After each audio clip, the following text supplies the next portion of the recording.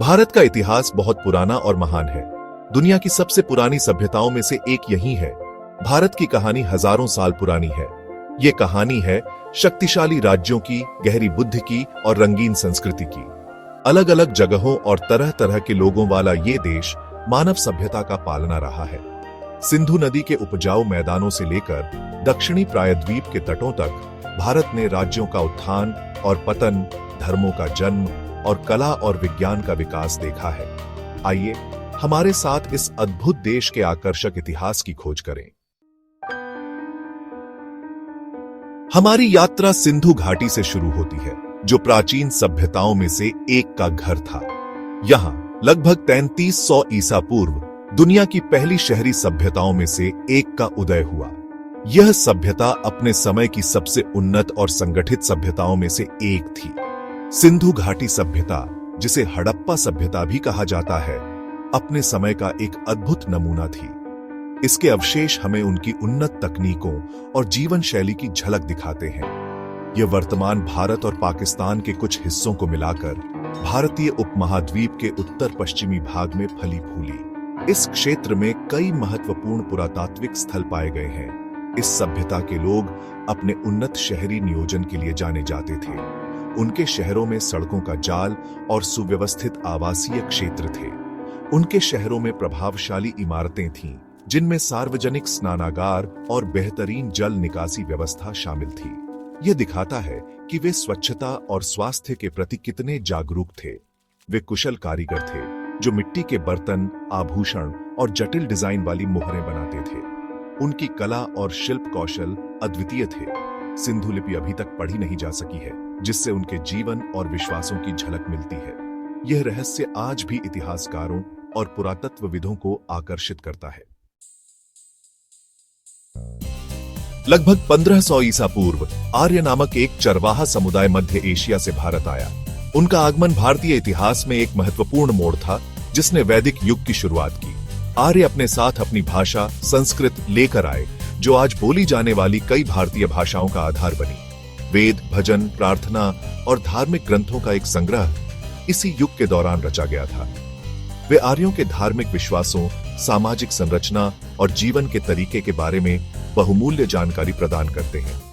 वैदिक युग में प्रारंभिक हिंदू धर्म का विकास हुआ, जिसमें धर्म, कर्म और पुनर्जन्म की अवधारणा पर जोर दिया गया। भाग 4, ज्ञान का स्वर्ण युग, भारत के शुरुआती योगदान।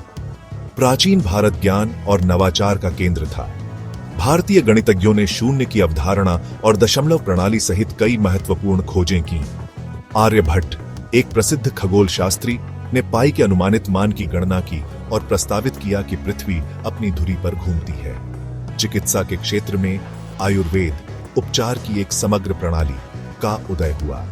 चरक, जिन्हें भारतीय चिकित्सा का जनक कहा जाता है, ने आयुर्वेद पर एक व्यापक ग्रंथ, चरक संहिता, का संकलन किया, जो आज भी प्रासंगिक है। भारतीय दार्शनिकों और विचारकों ने वास्तविकता, नैतिकता और मानवीय स्थिति की प्रकृति पर विचार किया, जिससे विचारों के विभिन्न स्कूलों का उदय हुआ।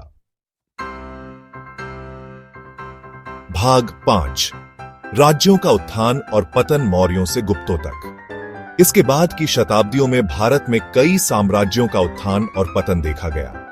इन साम्राज्यों ने भारतीय उपमहाद्वीप के इतिहास को आकार दिया और सांस्कृतिक, आर्थिक और राजनीतिक परिदृश्य को बदल दिया। सबसे महत्वपूर्ण में से एक मौर्य साम्राज्य था, जिसकी स्थापना 4वीं शताब्दी ईसा पूर्व में चंद्रगुप्त मौर्य ने की थी। चंद्रगुप्त मौर्य ने अपने कुशल नेतृत्व और रणनीतिक कौशल से एक विशाल साम्राज्य का निर्माण किया। उनके पोते अशोक महान को बौद्ध धर्म में उनके धर्मांतरण और शांति और अहिंसा के प्रचार के लिए याद किया जाता है। अशोक ने अपने शासनकाल में कई महत्वपूर्ण सुधार किए और बौद्ध धर्म को राज्य धर्म के रूप में अपनाया। गुप्त साम्राज्य, जो 4वीं और 6वीं शताब्दी ईस्वी के बीच फला फूला, भारत का स्वर्ण युग माना जाता है। इस काल में विज्ञान, गणित, खगोल शास्त्र और चिकित्सा में महत्वपूर्ण प्रगति हुई। इस काल में कला, साहित्य और विज्ञान नई ऊंचाइयों पर पहुंचे। कालिदास जैसे महान कवियों और आर्यभट्ट जैसे वैज्ञानिकों ने इस युग को समृद्ध किया।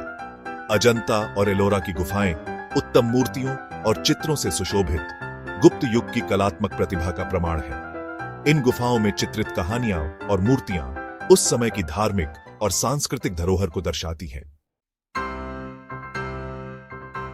भाग 6 संस्कृतियों का एक ताना बाना, मिश्रण और आत्मसात। भारत का इतिहास केवल घटनाओं का एक सीधा क्रम नहीं है, बल्कि सांस्कृतिक मिश्रण और आत्मसात की कहानी भी है। सदियों से भारत ने प्रवास और आक्रमण की लहरें देखी। यूनानियों, फारसियों, अरबों और तुर्कों ने भारतीय संस्कृति पर अपनी छाप छोड़ी। संस्कृतियों के इस मेल ने परंपराओं, भाषाओं और कला रूपों के एक जीवंत ताने बाने को जन्म दिया। उदाहरण के लिए मुगल साम्राज्य, जिसकी स्थापना 16वीं शताब्दी में बाबर ने की थी, अपने साथ फारसी कला और वास्तुकला की एक समृद्ध परंपरा लेकर आया, जो मौजूदा भारतीय शैलियों के साथ मिलकर ताजमहल जैसी शानदार संरचनाएं बनाई। भाग 7 निष्कर्ष। अतीत की गूंज वर्तमान को आकार देती है। जैसे ही हम प्राचीन भारत के माध्यम से अपनी यात्रा समाप्त करते हैं, हम इसकी समृद्ध विरासत से विस्मित हो जाते हैं। यह भूमि, जो कभी महान सभ्यताओं का पालना थी, आज भी अपने अतीत की कहानियों को संजोए हुए है। गणित, खगोल विज्ञान, चिकित्सा और कला जैसे विविध क्षेत्रों में इसके लोगों की उपलब्धियां आज भी हमें प्रेरित करती हैं। इन क्षेत्रों में किए गए कार्यों ने न केवल भारत को बल्कि पूरी दुनिया को प्रभावित किया है। इसके प्राचीन अतीत की गूंज इसके वर्तमान में गूंजती है। हर गली, हर बाजार, हर गांव में अतीत की झलक मिलती है। हम जो भाषाएं बोलते हैं, वे भी इस समृद्ध विरासत का हिस्सा हैं। उन त्योहारों से लेकर जो हम मनाते हैं, जिनमें हर रंग, हर रस्म अतीत की कहानियां बयां करती हैं। हम जिन मूल्यों को संजोते हैं, वे भी हमारे पूर्वजों की देन है।